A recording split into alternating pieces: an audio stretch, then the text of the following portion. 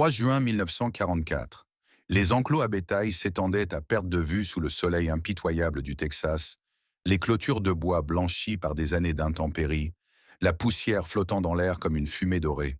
Derrière les barbelés du camp Swift, Pierre Moreau, 17 ans, se tenait là, les mains crispées sur les poteaux de la clôture, fixant du regard quelque chose qu'il n'aurait jamais cru voir en captivité. Un veau nouveau-né, tout en pâte et en fourrure mouillée, trébuchant sur ses sabots incertains, tandis que sa mère mugissait doucement tout près. Le son résonna dans la cour, chaud et terreux, et pour la première fois en 8 mois, Pierre sentit quelque chose se briser en lui. Non pas la peur, non pas la faim, mais un souvenir. Le souvenir d'avoir été un enfant. Il avait été fait prisonnier en Normandie 3 semaines après son 18e anniversaire, bien qu'il ait menti sur son âge pour s'engager à 17 ans. Ses mains désormais calleuses, à force de s'engouffrer dans les poignées de fusil et de se heurter aux parois des tranchées, avaient jadis servi à traire les vaches en Bretagne. Ses épaules, maigres sous l'uniforme gris de prisonnier, avaient jadis porté des seaux de fourrage à travers la ferme de son père. Il avait été un enfant de la terre avant que la guerre ne fasse de lui un soldat. Et maintenant, debout dans la poussière brûlante du Texas, observant ce veau faire ses premiers pas hésitants, il se souvenait. Les Américains ne leur avaient rien dit pendant la traversée. Entassés dans la cale d'un Liberty Ship, les jeunes Français, car c'était pour la plupart des garçons, avaient murmuré des rumeurs dans l'obscurité. Certains disaient qu'on les forcerait à marcher sur des mines. D'autres prétendaient qu'on les exhiberait dans les rues américaines comme des trophées. Quelques-uns, ceux qui arboraient encore une défiance inébranlable, affirmaient qu'on les fusillerait dès qu'ils poseraient le pied à terre. Pierre n'avait rien dit. Il avait cessé de faire des prédictions le jour où il avait vu la tête de son sergent disparaître dans une gerbe de sang à Caen. Mais le Texas n'était pas ce qu'ils avaient imaginé. Le camp se trouvait au milieu de collines ondulantes, entouré de ranges qui semblaient s'étendre à perte de vue. L'air embaumait le mesquite et le bétail, une odeur si différente du sel et de la fumée de France qu'on se serait cru sur une autre planète. Lorsque les camions avaient franchi les portes, Pierre avait collé son visage à l'ouverture de la bâche, s'attendant à du béton et des barbelés. Au lieu de cela, il avait vu des champs verdoyants, des chevaux qui paissaient, des granges peintes en rouge sur le ciel bleu. On aurait dit une carte postale, un rêve. Le premier repas les avait tous réduits au silence. Un ragoût de bœuf, épais de pommes de terre et de carottes, servi à la louche dans des bols en fer blanc avec une désinvolture presque indécente. Du pain blanc, moelleux et chaud. Un café qui avait le vrai goût du café et non celui de l'eau brûlée des glands qu'ils avaient avalé à contre-cœur dans les tranchées. Pierre fixait son assiette, les mains tremblantes, incapable de concilier cette abondance avec tout ce qu'on lui avait raconté sur la cruauté américaine. Autour de lui, d'autres garçons mangeaient dans un silence hébété, certains pleurant dans leur nourriture, d'autres riant d'une hystérie proche de la folie. Un garçon, à peine 16 ans, avait murmuré « Ma mère n'a pas mangé de pain comme ça depuis 2 ans ». La culpabilité fut immédiate et accablante. Manger à leur faim tandis que la France mourait de faim. Dormir sur des matelas pendant que leur famille se réfugiait sous les décombres. Être en sécurité tandis que leurs frères continuaient de saigner dans les haies. Les Américains semblaient indifférents à leur culpabilité. Ils maintenaient leur routine avec une discipline d'une constance presque inhumaine. L'appel à l'aube, la répartition des tâches, les repas à heure fixe, extinction des feux à 22 heures. Cette efficacité était exaspérante. Pas de coups, pas de torture, juste l'ordre. Et pourtant, cela ne faisait qu'empirer les choses. Mais c'est le range qui changea la donne. Le camp manquait de main-d'œuvre, et les ranges voisins avaient besoin de bras. La guerre avait aussi emporté des jeunes Américains, laissant les champs en sous-effectif et le bétail sans surveillance. Un arrangement fut donc trouvé. Chaque matin, des groupes de prisonniers français étaient embarqués dans des camions et conduits aux ranchs environnants, où ils travaillaient sous la surveillance de gardes armés de fusils, mais qui les pointaient rarement. Pierre avait été affecté au ranch Morrison, 1000 hectares de prairies où paissaient les troupeaux sous l'immensité du ciel texan. La première fois qu'il toucha une vache à nouveau, ses mains se souvinrent avant même que son esprit ne s'en souvienne. La chaleur de son flanc, le rythme de la traite, la façon dont l'animal déplaçait son poids, confiant. Il s'était tenu dans cette étable, entouré de gardes américains et de prisonniers français, et avait ressenti quelque chose que la guerre avait, selon lui, anéanti. La paix. Pendant 10 minutes, penché sur un seau à lait, il n'était plus prisonnier. Il n'était plus soldat. Il était un jeune fermier breton, accomplissant le travail que son père lui avait appris lorsqu'il était assez petit pour monter sur un tabouret et atteindre l'épi. Les autres garçons le remarquèrent. Il y avait Jean-Claude, 19 ans, mais qui en paraissait 40, dont la famille avait tenu une laiterie près de Lyon. Il y avait Antoine, à peine 17 ans, qui avait grandi dans un vignoble mais dont le grand-père élevait des chèvres. Il y avait Marcel, le Benjamin, 16 ans, qui n'avait jamais touché un animal de la ferme de sa vie, mais qui les observait avec des yeux grands ouverts et avides, comme s'il cherchait à mémoriser ce que signifiait la douceur. Ils s'acquittaient de leurs tâches avec un étrange mélange d'efficacité et d'émerveillement, leur corps retrouvant des rythmes que la guerre avait tenté d'effacer. Monsieur Morrison, le propriétaire du ranch, était un homme de peu de mots. La cinquantaine passée, il avait la peau tannée par des décennies de soleil, les mains marquées par les fils de fer et les sabots, et des yeux qui avaient connu la sécheresse et la perte sans pour autant s'aigrir. Il observait les jeunes Français travailler avec une neutralité attentive, ni amicale ni cruelle, se contentant d'observer. Parfois, d'un geste, il corrigeait leur technique, son anglais lent et posé, leur faisant confiance pour comprendre par l'exemple plutôt que par la traduction. Les gardes, de jeunes hommes de l'Oklahoma et de l'Arkansas, s'appuyaient contre les poteaux de la clôture et fumaient, leurs fusils en bandoulière nonchalamment, plus ennuyés que vigilants. C'est durant la 2e semaine que le veau naquit. Pierre nettoyait les stalles lorsqu'il entendit du bruit dans la maternité. Il s'approcha, toujours prudent, s'attendant encore à ce que quelqu'un lui crie de retourner travailler. Mais Morrison était déjà là, agenouillé dans la paille, les mains posées délicatement sur le flanc de la vache qui mettait bas. Un des gardes, un jeune homme nommé Tommy qui ne devait pas avoir plus de 20 ans, se tenait non loin, observant la scène avec la même fascination que Pierre. Lorsque le veau sortit enfin du monde, luisant et tremblant, Morrison se retira et laissa faire la nature. La mère commença à lécher son petit avec de longs mouvements patients. Les pattes du veau frémissaient, cherchant à se coordonner. Pierre, debout au bord de l'enclos, sentit sa gorge se serrer. Il avait vu cela des centaines de fois à la ferme de son père. Il avait aidé à mettre bas, veillé par des nuits glaciales pour s'assurer de la survie des veaux. Il avait nourri aux biberons les plus faibles, leur avait appris à se tenir debout, avait ri quand il lui donnait des coups de tête contre les jambes pour téter. Il avait 12 ans et était certain que la ferme serait son avenir, qu'il vieillirait à faire ce travail, que la guerre était un fléau qui touchait d'autres peuples, d'autres pays. Morrison se leva, s'essuyant les mains sur son jean, et regarda Pierre. Leurs regards se croisèrent un instant, et quelque chose passa entre eux. De la reconnaissance peut-être, ou simplement la compréhension partagée de ces hommes qui savaient ce que signifiait donner la vie dans un monde qui semblait déterminé à la détruire. Morrison désigna le veau, puis Pierre, et dit quelque chose en anglais que le garçon ne comprit pas. Mais le sens était clair. À l'aide. Pierre entra dans l'enclos, ses mouvements lents et prudents. La mère l'observait, le regard méfiant mais non agressif. Il s'agenouilla dans la paille, assez près pour sentir la chaleur émanant du veau, et tendit la main.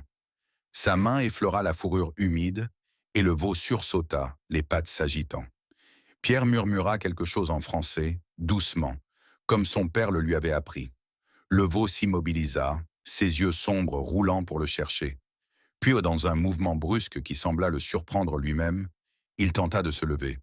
La première tentative échoua aussitôt, ses jambes s'écartant dans tous les sens. La seconde lui permit de se redresser à mi-chemin, avant que la gravité ne l'emporte. Les mains de Pierre agissaient machinalement, soutenant, guidant, stabilisant. Il s'entendit rire, un son qui lui semblait étranger. Quand avait-il ri pour la dernière fois? Dans les tranchées? Avant la guerre? Il ne s'en souvenait plus. Mais là, avec cette créature obstinée et maladroite qui luttait pour tenir debout, le rire lui venait facilement. Naturel, comme respirer. Derrière lui, d'autres voix se firent entendre. Jean-Claude avait abandonné sa pelle et, penché par-dessus la clôture, un sourire aux lèvres. Antoine se tenait à ses côtés, ses mains balafrées, agrippées au bois, le visage illuminé par une sorte de joie. Même Marcel, resté silencieux pendant la majeure partie de sa captivité, souriait. Morrison, les bras croisés, restait en retrait, observant la scène. Le garde Tommy avait complètement baissé son fusil, oublié à ses côtés, son jeune visage illuminé par un sourire qui lui donnait lui-même l'air d'un enfant. Le veau parvint à se lever au troisième essai, chancelant violemment mais debout. Il secoua la tête, comme surpris de sa propre réussite, et fit un pas hésitant, puis un autre. Pierre recula, lui laissant de l'espace, les mains toujours tendues au cas où il tomberait. Mais le veau tint bon, retrouvant son équilibre, et après un moment, il commença à trottiner vers sa mère, l'instinct le poussant vers le lait, la chaleur et la vie. La mère se décala, s'adaptant, et le veau s'accrocha au sein et commença à téter. Pierre se tenait là, couvert de paille et de liquide amniotique, son uniforme de prisonnier souillé, les mains tremblantes d'adrénaline, d'émotion, ou des deux. Il baissa les yeux sur lui-même et ne vit ni prisonnier, ni soldat, mais un garçon de ferme. Pour la première fois depuis sa capture, il se sentait lui-même. La guerre lui avait pris sa liberté, son pays, ses certitudes quant à l'avenir. Mais elle ne lui avait pas pris cela. Le savoir qu'il tenait entre ses mains, la douceur qu'il avait apprise de son père, cette part de lui qui savait faire naître la vie au lieu de l'étouffer. Morrison lui tapota l'épaule une fois, un geste d'approbation sans sentimentalité. L'homme plus âgé dit quelque chose en anglais, d'un ton chaleureux, et, bien que Pierre ne comprît pas les mots, il en saisit le sens. Du bon travail. Il hocha la tête, incapable de parler, craignant que s'il essayait, les mots ne sortent qu'inaudibles. Ce soir-là, de retour à la caserne, les garçons discutèrent. Pas de la guerre, pas de la France, pas de leur retour à la maison. Ils parlèrent du veau, de son apparence, tout en jambes et en détermination, de la façon dont Pierre l'avait aidé à se tenir debout, de la façon dont Morrison les avait laissés rester, observer même après la fin du travail, de la façon dont ils étaient restés 1 heure de plus près de la clôture, au coucher du soleil, à regarder le veau téter, dormir, se réveiller et essayer de marcher à nouveau. Ils parlèrent des fermes qu'ils avaient connues, des animaux qu'ils avaient élevés, des matins qui sentaient le foin et la terre plutôt que la poudre et le sang. Jean-Claude décrivait la laiterie de son père, la façon dont les vaches s'alignaient à l'aube sans qu'on le leur dise, chacune connaissant sa place. Antoine parlait des chèvres de son grand-père, têtues et futées, toujours prêtes à s'échapper pour manger les fleurs du voisin. Marcel, qui n'avait jamais vécu à la ferme, écoutait avec l'intensité de quelqu'un qui mémorise une langue qu'il n'a jamais parlée, mais qu'il désire ardemment apprendre. Et Pierre, allongé sur sa couchette, les mains encore légèrement imprégnées de paille, ferma les yeux et revit non pas les tranchées de Normandie, mais les vertes prairies de Bretagne, la ferme en pierre, sa mère l'appelant pour le souper, son père inspectant une dernière fois l'étable avant d'aller se coucher. La guerre lui avait appris à tuer. Le Texas lui apprenait à se souvenir de ce que signifiait prendre soin des autres. Le travail se poursuivit. Chaque matin, les camions arrivaient et les garçons y montaient, leur corps déjà habitué au rythme. Les gardes ne se tenaient plus aussi près, ni ne surveillaient avec une telle intensité. La confiance s'était installée sans crier gare, bâtie sur la routine quotidienne et le langage commun du travail. Au ranch Morrison, le travail ne se limitait plus à la traite. Il y avait des clôtures à réparer, des champs à défricher, du foin à presser. Les garçons s'y adonnaient avec un enthousiasme qui les surprenait eux-mêmes. Il y avait d'abord le soulagement physique que leur procurait le travail manuel, le fait d'utiliser leur corps pour créer plutôt que pour détruire. Mais il y avait aussi, celui dont ils ne parlaient pas, la façon dont ce travail leur redonnait le sentiment d'être humains. Dans les camps, ils n'étaient que des numéros, des unités, des pions sur un échiquier. Au front, ils n'étaient que des armes, jetables et interchangeables. Mais ici, dans ce ranch, ils étaient autre chose. Ils étaient utiles, indispensables. Leurs mains comptaient, leur savoir comptait. Ils comptaient. Morrison commença à leur enseigner. Non pas formellement, sans cours magistraux ni démonstrations, mais par la transmission informelle du savoir-faire qui s'opère entre ceux qui travaillent côte à côte. Il montra à Jean-Claude comment réparer un poteau de clôture pour qu'il résiste à une tempête. Il apprit à Antoine à déchiffrer le temps en observant le comportement du bétail. Il laissa Marcel s'exercer à lassoer les poteaux de clôture.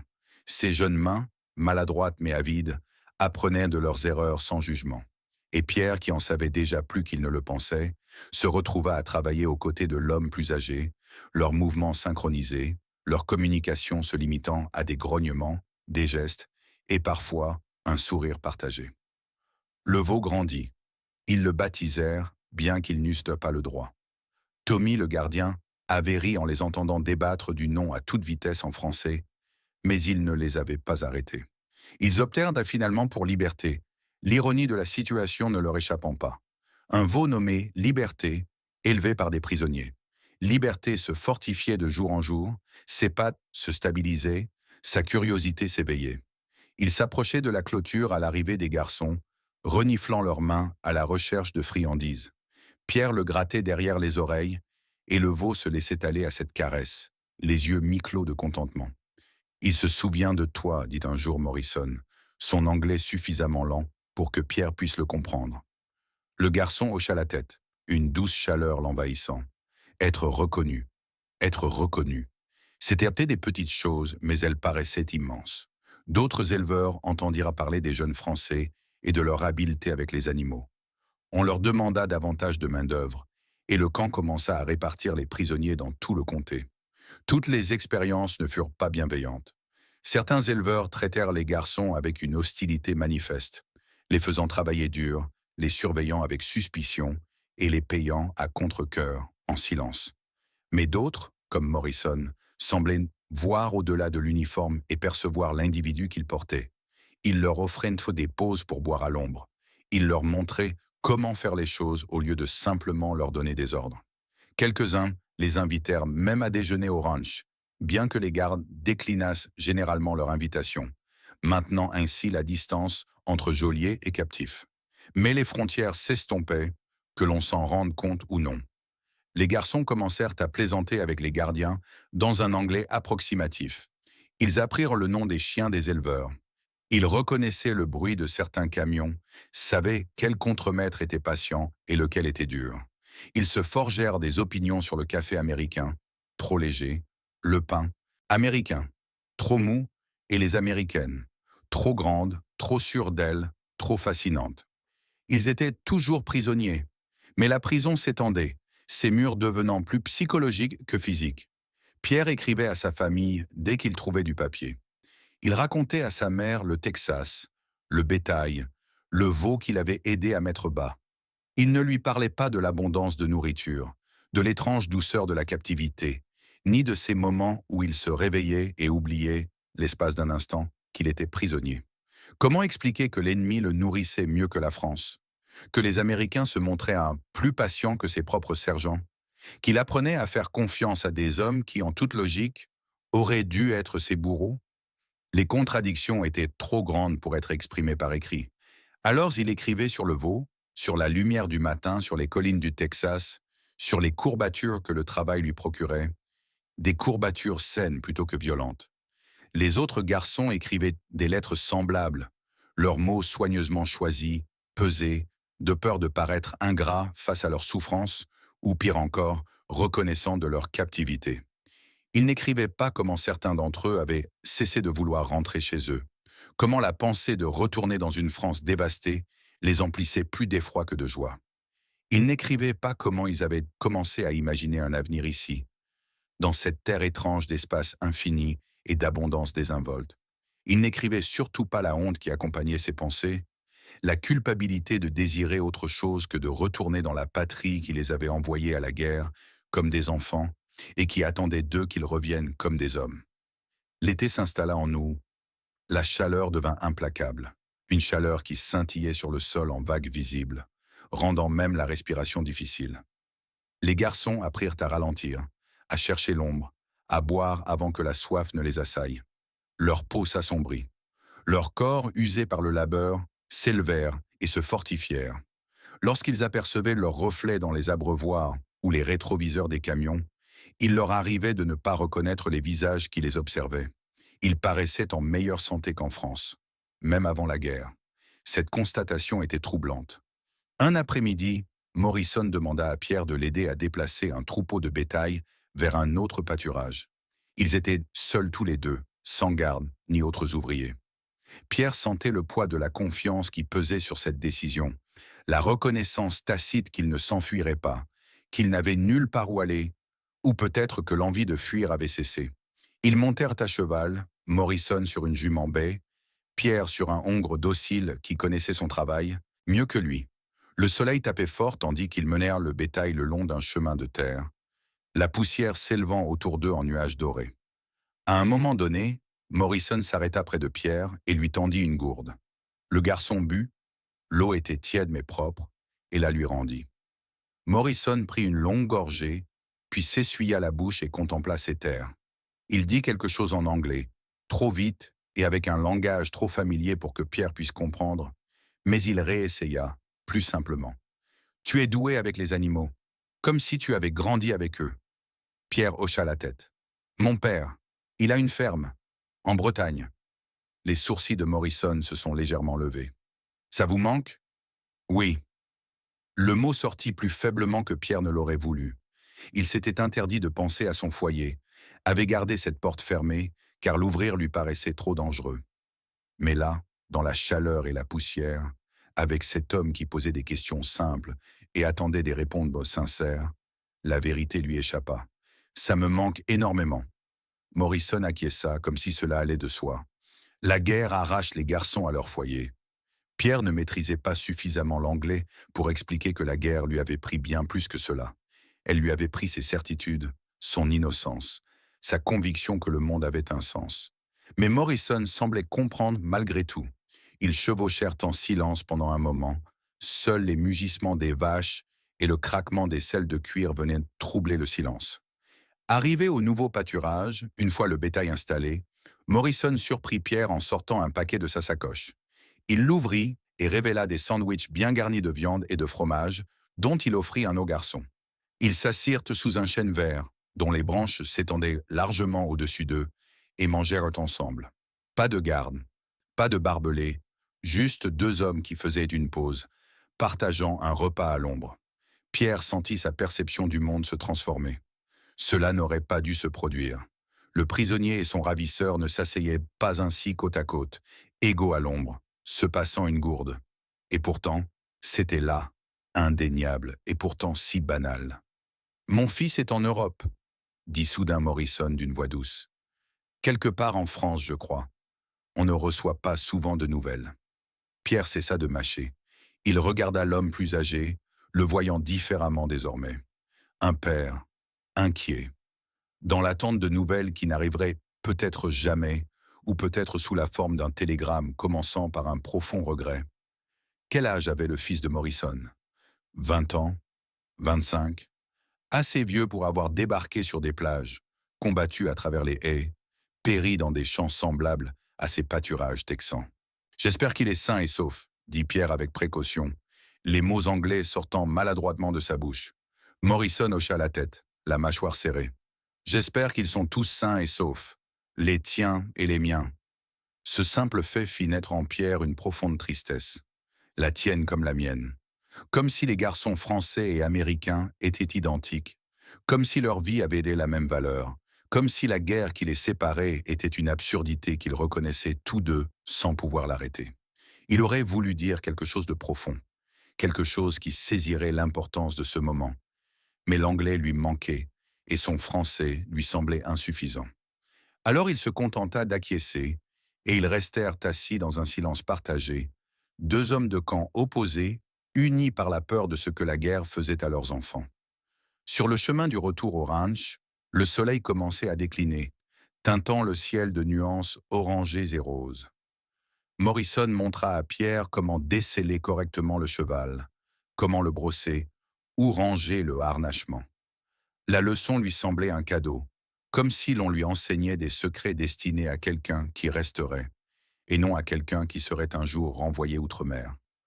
Pierre absorbait chaque détail, ses mains apprenant les gestes, son esprit mémorisant l'ordre des choses. Ce soir-là, à la caserne, il raconta aux autres son après-midi, sa chevauchée en solitaire avec Morrison, Les sandwichs sous le chêne. Le fils de Morrison, quelque part en France. Les garçons écoutaient en silence, le visage pensif. Jean-Claude prit enfin la parole d'une voix rauque. Mon père dit que les Américains ne sont pas comme nous, qu'ils ne comprennent ni la loyauté ni l'honneur. Il marqua une pause, puis ajouta doucement. Mais je crois que mon père se trompe peut-être. Personne ne le contredit. Le faire aurait été admettre que tout ce qu'on leur avait enseigné était suspect, que l'ennemi n'était peut-être pas celui qu'il croyait, qu'il n'y avait peut-être pas d'ennemi clairement identifié, seulement des hommes qui tentaient de survivre et de protéger ce qui leur était cher. Cet aveu planait, lourd et pesant, mais personne ne chercha à le nier. Septembre arriva, et avec lui un changement de temps. La chaleur accablante commença à s'estomper, les matins apportant une fraîcheur qui rappelait à Pierre l'automne en Bretagne. Le veau, Liberté, avait presque 4 mois à présent et grandissait vite. Son pelage était luisant et ses mouvements assurés. Il était devenu un habitué du ranch, suivant les garçons partout, fouillant leurs poches pour y trouver des friandises, jouant avec les cordes et les seaux comme s'il s'agissait de jouets. Ses pitreries les faisaient rire chaque jour, ces jeunes soldats endurcis, réduits à des sourires attendris par la curiosité d'un veau, ne pouvaient s'empêcher de sourire. Un matin, Pierre trouva Liberté étendue au soleil, ruminant avec la satisfaction d'un animal bien nourri et aimé. Les yeux du veau étaient à mi-clos, son corps détendu, et pendant un instant, Pierre resta là, à le contempler. Il repensa à toute la violence dont il avait été témoin, à toute la mort, à toute la destruction. Il pensa au garçon qu'il avait connu et qui ne verrait jamais un autre automne, englouti par la guerre avant même de comprendre ce qu'il perdait. Et là, il y avait ce veau, cette simple créature, vivante et en bonne santé, parce que des hommes avaient choisi de l'aider plutôt que de lui faire du mal. Pierre s'assit dans la poussière près de Liberté, le dos contre la clôture. Le veau se remua, posant sa tête sur la jambe de Pierre, et la main du garçon se porta machinalement à son oreille pour le gratter. Ils restèrent ainsi longtemps, le garçon et le veau, sous le soleil du matin. Pierre sentit des larmes lui monter aux yeux et ne prit même pas la peine de les essuyer. Il pleurait pour les garçons qui ne rentreraient jamais, pour les pères qui attendaient des lettres qui n'arriveraient jamais, pour les mères qui faisaient du pain pour leurs fils déjà morts, pour ce monde qui avait pris des enfants et les avait transformés en soldats, qui leur avait appris à tuer avant même de savoir vivre.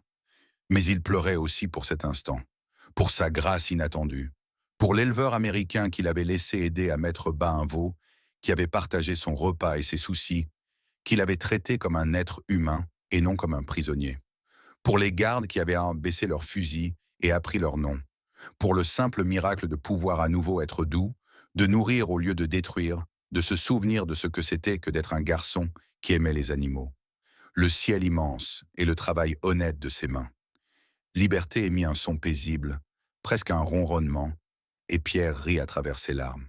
« Je me souviens, murmura-t-il. Je me souviens. Je me souviens de ce que c'était avant. Je me souviens de qui j'étais. Je me souviens que je suis toujours, au fond de moi, ce garçon breton qui ne rêvait que d'une chose, reprendre la ferme de son père et vivre une vie tranquille, entouré d'animaux, de terre et de saisons qui se succédaient sans coup de feu. La guerre finirait par se terminer. Il le savait maintenant, même s'il l'ignorait dans les tranchées. La guerre prendrait fin et il devrait décider quel genre d'homme il voulait devenir. Il pouvait perpétuer la violence, la laisser empoisonner tout, la laisser le définir jusqu'à sa mort. Ou bien il pouvait perpétuer ceci, ce veau, ce matin texan, ce souvenir d'un éleveur américain le traitant avec dignité. Cette preuve que même en captivité, même au cœur des pires atrocités que l'humanité puisse s'infliger, il existait encore des moments de grâce, des occasions de choisir la douceur, des veaux qui avaient besoin d'aide pour se lever et des hommes prêts à les aider. Quand la cloche sonna pour le retour du camion au camp, Pierre se leva à contre-cœur. Liberté protesta, regrettant d'avoir perdu son oreiller, puis se leva à son tour en se secouant. Le veau suivit Pierre jusqu'à la clôture, lui reniflant la main une dernière fois. Morrison les observait depuis la grange, et lorsque Pierre croisa son regard, le vieil homme leva la main en signe de salut. Pierre leva la main à son tour, puis monta dans le camion avec les autres garçons. Ils regagnèrent le camp en silence, chacun perdu dans ses pensées. Mais Pierre savait, sans qu'il ait besoin de leur demander, qu'ils pensaient tous la même chose, que ce lieu, cette étrange captivité, leur avait apporté quelque chose d'inattendu. Non pas la liberté, ils étaient toujours prisonniers.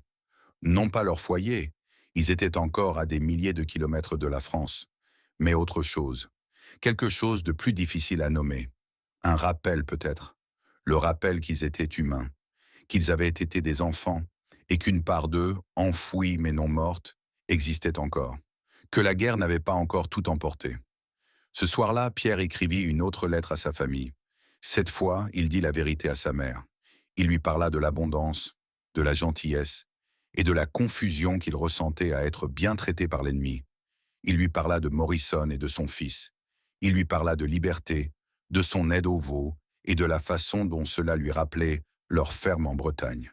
Il lui confia avoir honte d'être en sécurité tandis que la France souffrait, mais aussi être reconnaissant, et ne pas savoir comment concilier ces deux vérités. Il lui dit qu'à la fin de la guerre, s'il survivait, s'il rentrait chez lui, il voulait être agriculteur. Pas soldat, pas héros, juste agriculteur, comme son père, comme son grand-père, comme ces hommes qui mesuraient leur vie au rythme des saisons et des récoltes, plutôt qu'en bataille et en pertes humaines. Il scella la lettre, sachant qu'elle ne lui parviendrait peut-être jamais, sachant que la censure pourrait la lire et la juger séditieuse ou insensée. Mais il l'envoya quand même, car après des mois de silence prudent, il avait besoin de dire la vérité à quelqu'un. Il avait besoin de dire à voix haute, même si ce n'était que par écrit, que la guerre ne l'avait pas complètement anéanti, qu'il restait en lui quelque chose qui méritait d'être sauvé. Les semaines se transformèrent en mois, et le rythme de la vie au camp se poursuivit. Les garçons travaillaient dans les ranchs, suivaient des cours d'anglais le soir, écrivaient des lettres à leur famille et tentaient d'imaginer un avenir au-delà des barbelés. Des rumeurs circulaient sur la fin de la guerre, sur le rapatriement, sur ce qui leur arriverait une fois la France libérée. Certains garçons s'accrochaient désespérément à ces rumeurs, comptant les jours qui les séparaient de leur retour. D'autres se taisaient, incertains de vouloir retourner dans un pays qu'ils reconnaissaient à peine. Pierre se retrouva dans ce dernier camp. Il essaya d'imaginer arpenter les rues de son village, revoir le visage de sa mère, dormir dans son lit d'enfant.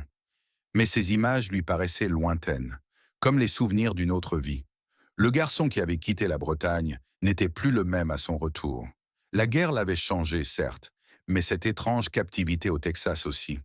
Il avait appris que les ennemis pouvaient être bienveillants, que l'abondance pouvait côtoyer la pénurie, que le monde était plus complexe que la propagande ne le lui avait enseigné. Comment pourrait-il retrouver les certitudes simples d'avant? Un dimanche, jour de congé exceptionnel, quelques garçons furent autorisés à assister à l'office religieux. Ils s'y rendirent n'a plus par curiosité que par dévotion, escortés par des gardes assis au fond de l'église, leurs fusils sur les genoux, spectacle étrange et surréaliste. L'assemblée les observait avec un mélange de curiosité et de méfiance, mais le pasteur les accueillit dans un français accentué, et ils se glissèrent au premier rang, un peu gênés dans leurs uniformes de prisonniers, au milieu des habitants élégamment vêtus. Le service était en anglais, incompréhensible pour la plupart d'entre eux, mais les hymnes transcendaient les barrières linguistiques. Lorsque l'assemblée commença à chanter, la mélodie familière même si les paroles étaient étrangères, quelque chose se détendit dans la poitrine de Pierre. Il se surprit à fredonner, puis à chanter, les paroles françaises de son enfance, remplaçant les paroles anglaises qui l'entouraient. D'autres garçons se joignirent à lui, leur voix d'abord hésitante, puis plus assurée. Pendant quelques minutes, la petite église du Texas réunit deux langues, deux nations, deux groupes de personnes que l'on croyait ennemis, tous chantant le même cantique. Après l'office, une femme âgée s'approcha de Pierre avec un sourire timide. Elle ne parlait pas français et lui parlait à peine anglais, mais elle lui glissa une petite Bible entre les mains, le regard bienveillant. Il tenta de refuser, mais elle insista, lui tapotant la main et disant quelque chose qu'il ne comprit pas, mais dont le sens était clair. « C'est un cadeau, vous pouvez la garder. » Il serra la Bible contre lui, bouleversé par ce geste, par la bonté de cet inconnu envers un soldat ennemi. Sur le chemin du retour au camp, il l'ouvrit et découvrit une inscription d'une écriture soignée. Pour le jeune Français, puissiez-vous retrouver le chemin du foyer, puissiez-vous trouver la paix.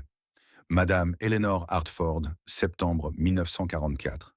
Ce soir-là, il le montra aux autres, et ils se le passèrent avec précaution, leurs mains calleuses effleurant les pages. Marcel, le plus jeune, demanda s'il pouvait parfois en lire des passages, même si aucun d'eux n'était particulièrement religieux. Pierre accepta, et ainsi commença un rituel du soir. Après l'extinction des feux, Pierre lisait un passage à voix haute en français, d'une voix basse, et les garçons écoutèrent dans l'obscurité. Ils ne discutaient pas du sens des passages. Ils laissaient simplement les mots les envelopper, comme un point d'ancrage dans l'incertitude, un rappel que des gens comme Madame Hartford existaient dans le monde, des gens qui donnaient des Bibles aux prisonniers ennemis, qui souhaitaient qu'ils trouvent la paix. Octobre apporta un nouvel élément. Un matin, Morrison aborda Pierre avec une proposition. Il avait besoin de quelqu'un pour passer la nuit au ranch afin de l'aider lors d'un vélage difficile. Pierre accepterait-il? Cela impliquerait de dormir dans l'étable, à l'écart du camp, sous la seule surveillance de Tommy, le garde. C'était tout à fait inhabituel, voire contraire au règlement. Mais Morrison s'était porté garant pour lui et l'autorisation avait été accordée. Pierre accepta sur le champ, avant même d'avoir le temps de réfléchir à ce que cela impliquait, avant que l'immensité de cette confiance ne puisse l'effrayer. Ce soir-là, il regarda le camion partir sans lui, ramenant les autres garçons au camp, et ressentit un étrange mélange d'excitation et de peur. Il était toujours prisonnier, mais pour une nuit, la prison se résumerait à lui, Tommy, une grange et une vache en train de véler. Morrison les installa dans la sellerie de l'étable, avec des couvertures et des sandwichs. Tommy, devenu presque un ami au fil des mois, sourit et dit que c'était bien mieux que de dormir dans la caserne des gardes. Ils s'installèrent là pour attendre, vérifiant l'état de la vache toutes les heures, guettant les signes de la mise bas. Entre deux vérifications, ils discutaient. Tommy montra à Pierre des photos de sa petite amie restée en Arkansas, une jolie fille aux cheveux noirs et au sourire timide. Pierre parla de la Bretagne, de la ferme familiale, de ses projets avant que la guerre ne vienne tout bouleverser. « Tu crois que tu vas retourner à l'agriculture » demanda Tommy. « Après tout ça ?» Pierre réfléchit. « Je ne sais pas. La France. Je ne sais pas ce qu'est la France maintenant. Peut-être qu'il n'y a plus de ferme où retourner. »« Tu pourrais rester ici, » dit Tommy, avant de se reprendre. « Enfin, pas ici au camp, mais au Texas, après la guerre. Morrison t'apprécie, il pourrait t'aider à obtenir des papiers. » L'idée planait entre eux, dangereuse et tentante. Rester en Amérique, quitter la France, recommencer à zéro dans un pays où il pourrait être simplement Pierre, un fermier, et non Pierre le soldat français, et non Pierre qui avait survécu là où d'autres avaient dépéri. Y penser lui semblait une trahison. Mais c'était aussi une possibilité. La vache entra en travail vers minuit. Pierre et Morrison travaillaient ensemble à la lueur de la lampe, leurs mains sûres, communiquant par grognements et gestes. Tommy observait depuis l'embrasure de la porte, son fusil oublié, fasciné par la brutalité de la naissance. Le veau sortit avec obstination, les sabots d'abord, puis le museau, puis le reste dans un flot de liquide et de membrane. Morrison le rattrapa, le déposa dans la paille, et la mère se mit aussitôt à nettoyer et à miauler. Le veau répondit, sa voix ténue mais déterminée, luttant déjà pour vivre. Pierre se lava les mains dans un seau, épuisé mais ravi, et regarda Morrison. Le visage du vieil homme, marqué par la fatigue et la satisfaction, était éclairé par la lumière vacillante du lampadaire. « Du bon travail, » dit simplement Morrison. Puis, après une pause, « Vous avez un don pour ça. » Ces mots s'enracinèrent en Pierre comme des graines. Un don. Ni une malédiction, ni un fardeau, mais un don. La guerre lui avait appris qu'il était doué pour obéir aux ordres, pour creuser des tranchées, pour survivre quand les autres tombaient. Mais là, dans cette étable, avec ce veau qui prenait ses premières respirations, on lui disait qu'il était doué pour autre chose. Doué pour donner la vie, doué pour la douceur, doué pour le travail qui construit au lieu de détruire. Ils restèrent jusqu'à ce que le veau tète et que la mère se soit calmée. Puis Morrison les renvoya à la sellerie, insistant pour qu'ils dorment quelques heures. Pierre, allongé sur sa couverture, écoutait les doux ronflements de Tommy, les bruits nocturnes de l'étable, les bêlements occasionnels du veau. Il pensait à sa maison, au Texas, au choix impossible auquel il pourrait être confronté si la suggestion anodine de Tommy devenait une réelle option. Pourrait-il vraiment quitter la France? Pourrait-il abandonner sa mère, son village, tout ce qu'il avait connu? Mais une autre question se posa, plus difficile et plus franche. Et si la France ne voulait pas de son retour? Et si le pays où il reviendrait le considérait comme un collaborateur, quelqu'un qui avait mangé américain, appris l'anglais et s'était lié d'amitié avec des gardes? Et si son propre peuple le regardait avec la même méfiance que les Américains avaient manifesté au début, avant que le travail et le temps n'adoucissent leurs préjugés? Il s'endormit avec ces questions en tête et rêva de champs verdoyants qui auraient pu être la Bretagne, le Texas ou un lieu n'existant que dans l'espace entre le souvenir et l'espoir. Le lendemain matin, Morrison le ramena lui-même au camp, s'arrêtant en chemin dans un restaurant pour leur acheter le petit déjeuner. Pierre n'avait jamais mangé dans un restaurant américain. Ils s'assirent au comptoir, Morrison commandant pour eux deux, avec son accent, traînant, et Pierre s'efforçait de ne pas tout dévisager. Les robinetteries chromées, les tabourets pivotants, le menu aux choix incompréhensibles, la serveuse au rouge à lèvres éclatant et au sourire fatigué. Lorsque les plats arrivèrent, œufs, bacon, toast, pommes de terre rissolées, café, Pierre sentit la culpabilité familière le submerger. Comment pouvait-il être assis là, à manger librement, alors que sa mère rationnait le pain? Mais il mangea quand même, parce qu'il avait faim, parce que Morrison le lui avait acheté, parce que refuser lui aurait semblé insulter le geste, et parce que, de plus en plus, il apprenait à concilier deux vérités, que son peuple souffrait et qu'il n'était pas responsable de cette souffrance, qu'accepter la gentillesse ne signifiait pas trahir sa loyauté, que survivre n'était pas synonyme de capitulation. Pendant qu'il mangeait, Morrison parlait, dans un anglais lent et simple, de son fils, du ranch, de son espoir que la guerre se termine bientôt. « Je veux que mon garçon rentre à la maison, dit-il. Je veux que tous les garçons rentrent à la maison. Français, Américains, Allemands, tous. Ils devraient être ici en train de prendre leur petit déjeuner au lieu de mourir dans les champs. » Pierre en comprit suffisamment pour hocher la tête. « Oui, nous devrions être à la maison. »« Mais vous, non, dit Morrison, sans méchanceté. Vous êtes là, et tant que vous y êtes, autant vivre. Pas seulement survivre, vivre. » La distinction lui semblait importante, même si Pierre ne parvenait pas à l'expliquer clairement. Survivre, c'était ce qu'on faisait dans les tranchées, dans les camps, dans ces moments où la mort rôdait et où le réconfort était impossible. Vivre, c'était ce qu'on faisait en aidant un veau à se lever, en apprenant l'anglais, en s'autorisant à rire, en osant imaginer un avenir après la guerre. Survivre, c'était endurer. Vivre, c'était choisir. Arrivé aux portes du camp, Morrison serra la main de Pierre, un geste lourd de sens. « Reviens la semaine prochaine, dit-il. On attend d'autres veaux. Il me faut quelqu'un qui s'y connaît. » Pierre hocha la tête, incapable de parler, de peur que sa voix ne se brise s'il essayait. Il descendit du camion et franchit les portes, retournant au camp, à sa vie de prisonnier. Mais quelque chose avait changé. Les barbelés étaient toujours là.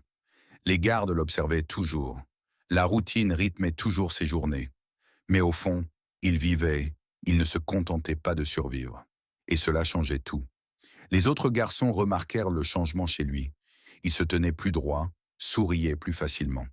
Ils lui demandèrent comment s'était passée la nuit et il leur raconta le vélage, le petit déjeuner au réfectoire, les paroles de Morrison. « Il a dit que j'avais un don, dit Pierre, presque gêné. Jean-Claude lui tapota l'épaule. « Bien sûr que si, on l'a tous vu avec liberté. Tu es un talent inné. » Les éloges lui firent du bien. Elles lui donnèrent un sentiment de plénitude que les médailles et les félicitations n'avaient jamais procuré. Il ne s'agissait pas de tuer avec efficacité, ni d'obéir aveuglément aux ordres. Il s'agissait de compétences, de savoir, de ce genre de savoir-faire qui permet de construire au lieu de détruire. Pour la première fois depuis son engagement, Pierre était fier de qui il était, et non plus honteux de ce qu'il était devenu. Décembre arriva, apportant avec lui un froid que les Texans juraient n'être rien comparé à un véritable hiver, mais qui paraissait brutal à Pierre et aux autres prisonniers français, habitués à des climats plus cléments. Le camp leur distribua des manteaux plus épais, et les éleveurs s'assurèrent qu'ils aient accès à des bâtiments chauffés pendant leurs heures de travail.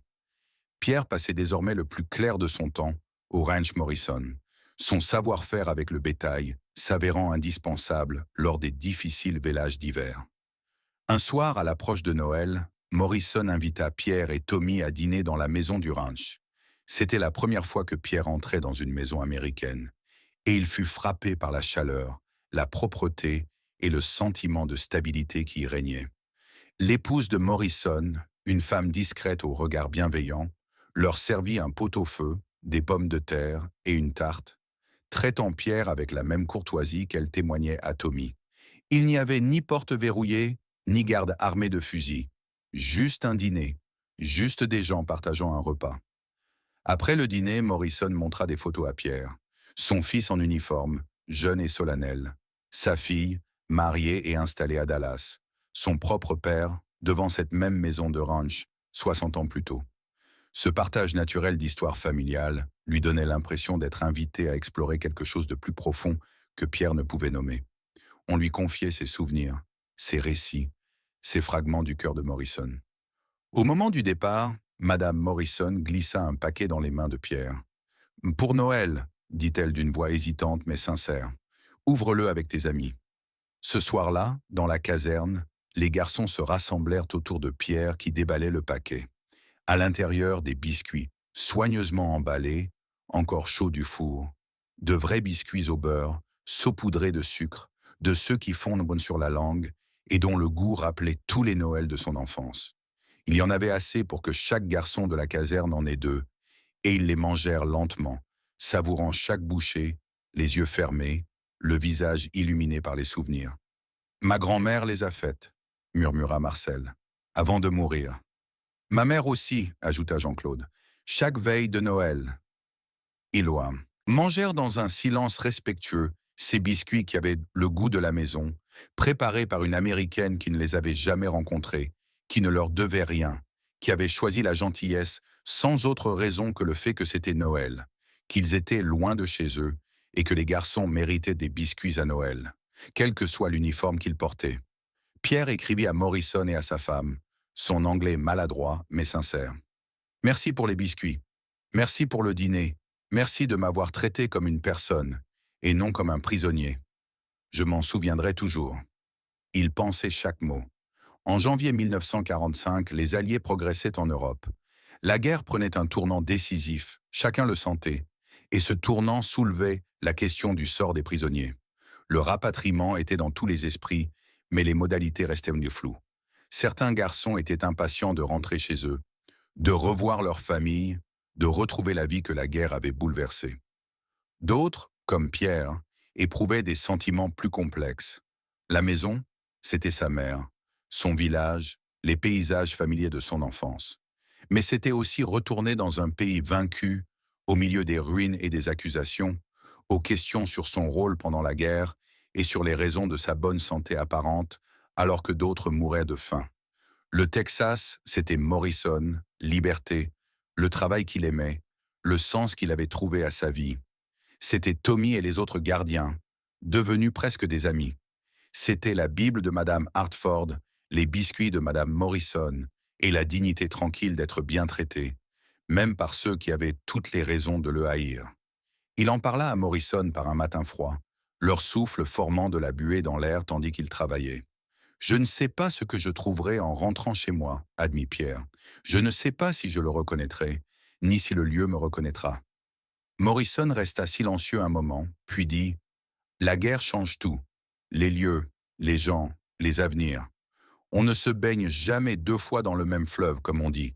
Le garçon qui a quitté la France n'est pas l'homme qui y reviendra. »« Alors qui suis-je » demanda Pierre, la question lui échappant avant même qu'il puisse la retenir.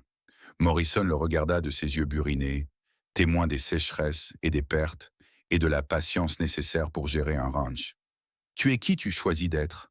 La guerre a essayé de faire de toi une chose, mais c'est à toi de décider ce que tu deviendras ensuite. » Ces mots résonnèrent en Pierre comme une encre. Choix.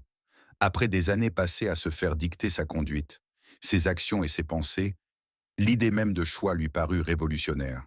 Il pourrait choisir qui il deviendrait après la guerre. Il pourrait choisir de perpétuer la violence ou la douceur. Il pourrait choisir ce dont il se souviendrait, ce qu'il laisserait derrière lui, sur quoi il bâtirait son avenir. Cet après-midi-là, seul dans la grange, Pierre prit sa décision. À la fin de la guerre, s'il était autorisé à rester en Amérique, il resterait. Non pas pour abandonner la France, mais pour devenir celui qu'il aspirait à être, un fermier. Un homme qui aiderait les veaux à se relever au lieu de voir des garçons tomber. Un homme qui choisirait la vie plutôt que la mort, la croissance plutôt que la destruction, l'espoir plutôt que le désespoir. Il éprouvait à la fois une trahison et une libération. Ce soir-là, il écrivit à sa mère la lettre la plus difficile qu'il ait jamais écrite. Il lui fit part de sa décision, de Morrison et du ranch, du veau nommé Liberté, de la vie qu'il espérait bâtir. Il lui dit qu'il l'aimait, qu'il aimerait toujours la France, mais qu'il ne pouvait redevenir celui que la guerre avait tenté de faire de lui. Il la supplia de comprendre, de lui pardonner, de savoir que ce choix n'était pas motivé par la lâcheté, mais par un besoin désespéré de survivre, l'âme intacte. Il ne reçut jamais de réponse. Le courrier en provenance de France était devenu sporadique, et il ignorait si sa lettre lui était parvenue, voir si elle était encore en vie pour la lire. Mais l'acte de l'écrire, d'affirmer son choix à voix haute, lui semblait nécessaire. Un trait d'union entre le passé et l'avenir. Le printemps arriva tôt au Texas en 1945, apportant avec lui la nouvelle de la capitulation de l'Allemagne, puis celle du Japon. La guerre était finie. Les camps commencèrent à organiser le rapatriement des prisonniers. De longues files d'hommes attendaient qu'on leur dise quand ils pourraient rentrer chez eux. Pierre les observait avec un mélange de soulagement et d'appréhension.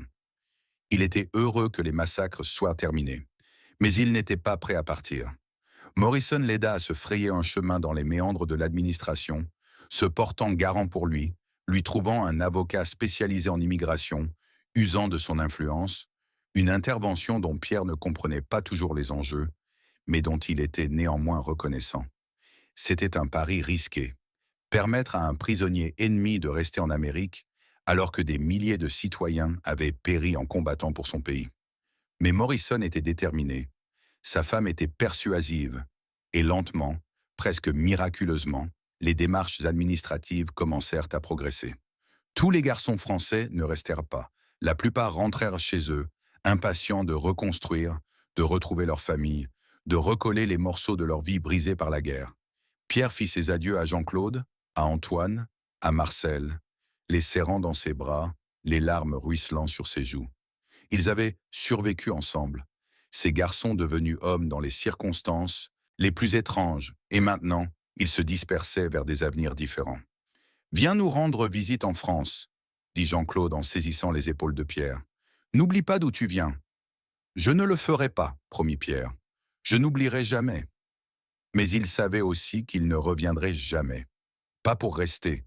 La France serait toujours son passé, mais le Texas était son avenir. Et il devait choisir l'avenir, sinon le passé le détruirait. En juin 1946, Pierre Moreau obtint le statut de résident permanent aux États-Unis.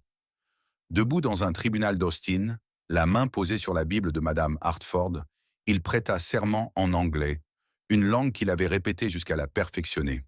Morrison et sa femme se portèrent garants pour lui, leur présence témoignant d'une confiance patiemment construite. Veau après veau, jour après jour, choix après choix.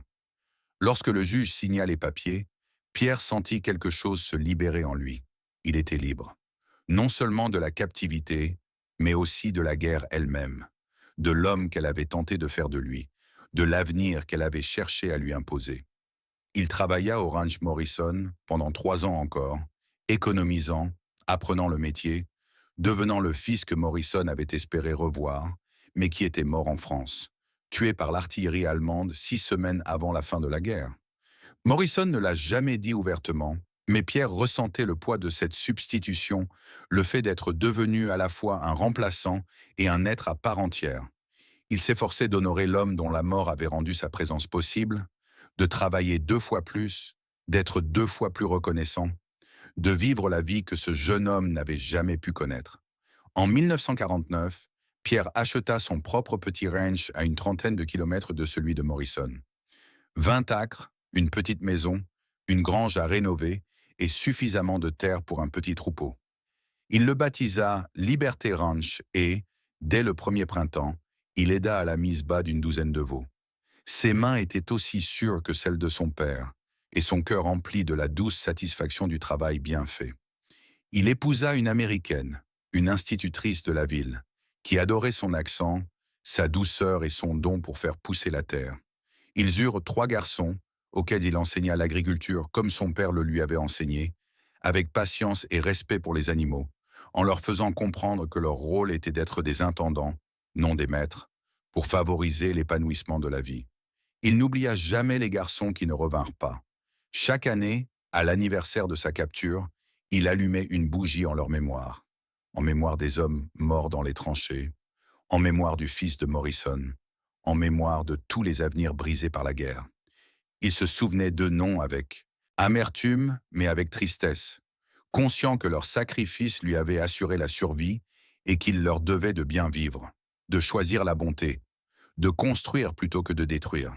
Et chaque année, à la naissance du premier veau du printemps, Pierre s'agenouillait dans la paille et l'aidait à se lever, ses mains douces mais fermes, sa voix encourageante. Parfois, ses fils observaient, apprenant le geste, s'imprégnant du savoir qui se transmettrait de génération en génération. Et Pierre repensait à ce premier veau, à Liberté se redressant en titubant sous le soleil texan, à l'instant où il se souvint qu'il était encore, sous l'uniforme, la guerre et la captivité, un garçon qui aimait les animaux et croyait en la douceur. La guerre avait tenté de le lui prendre. Le Texas le lui avait rendu. Et ce faisant, il lui avait offert un avenir qu'il n'aurait jamais pu imaginer dans les tranchées de Normandie, dans la cale d'un navire traversant l'Atlantique, ni même à l'instant précis où il avait posé le pied sur le camion et senti pour la première fois l'odeur du bacon.